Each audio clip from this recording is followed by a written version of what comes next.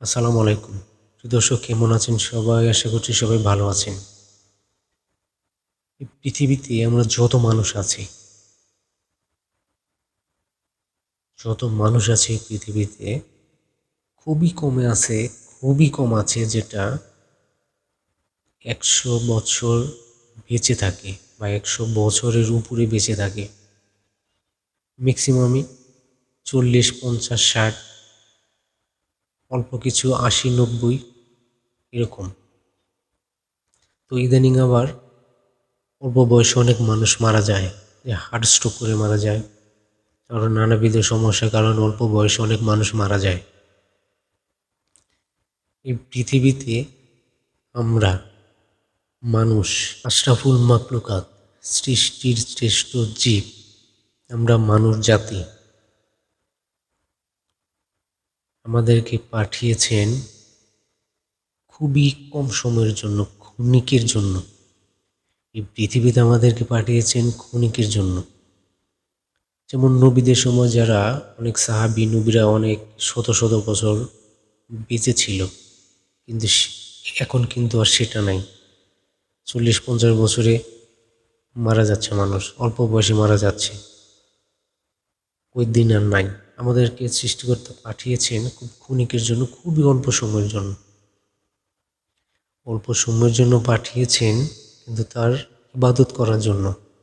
তিনি যে নিয়ম নীতিগুলো দিয়েছেন হাদিস কোরআনের মাধ্যমে, তিনি যে নিয়ম নীতিগুলো আমাদের উপর প্রেরণ করেছেন হাদিস কোরআনের মাধ্যমে, নবীর মাধ্যমে, সে অনুযায়ী আমাদের চলতে হবে, সব কিছু করতে হবে। আমাদেরকে যে ক্ষণিকের জন্য পাঠিয়েছেন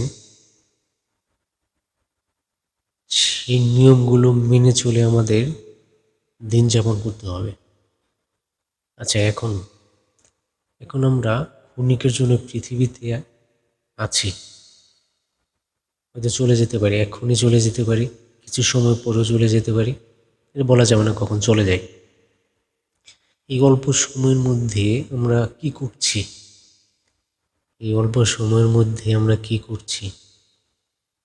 অনেক মানুষ আছে খুন, রাহাজানি, অন্যায় কাজ, একজন আরেকজনকে ধ্বংস করা, একজন আরেকজনকে মেরে ফেলা, একজন আরেকজনকে ক্ষতি করা, অন্যায় করা, বহুবিধ কাজে লিপ্ত বহু রকমের মানুষ এই পৃথিবীতে।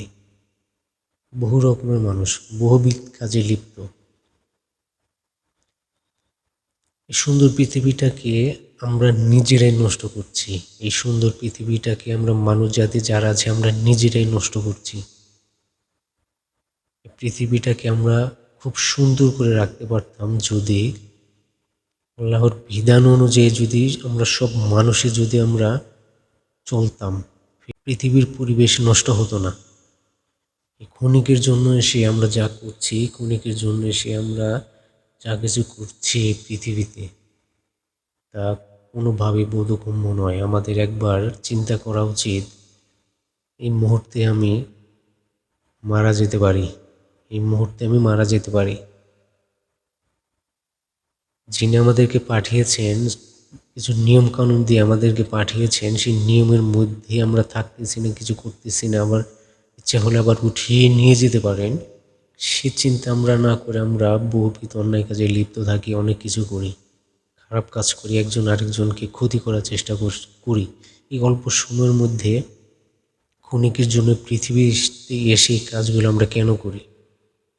আমাদের বিবেকে তো একটু বাধার কথা। আমাদের বিবেক তো একটু জাগ্রত করা উচিত। আমাদের বিবেককে একটু বোঝানো উচিত, নিজে নিজে আমাদের বিবেককে বোঝানো উচিত যে এই অল্প সময়ের জন্য এসে আমরা এই খারাপ কাজগুলো কেন করি। আমরা মিলেমিশে থাকতে পারি না কেন? আমরা মিলেমিশে থাকি না কেন?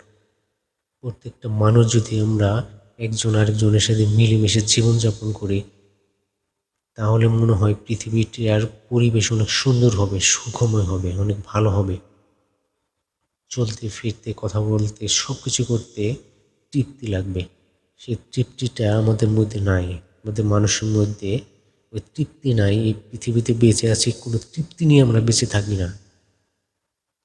এই পৃথিবীতে বেঁচে আছি আমরা তৃপ্তি ছাড়া বেঁচে আছি, কোনো তৃপ্তি নিয়ে না। আমাদের মধ্যে কোনো তৃপ্তি নাই। আমরা যদি ভালোভাবে বেঁচে থাকতে চাই বা আল্লাহর নিয়মের মধ্যে যদি আমরা চলতে চাই বা চলি, তাহলে মনে হয় পৃথিবীটা অনেক সুখময় হবে, আনন্দের হবে।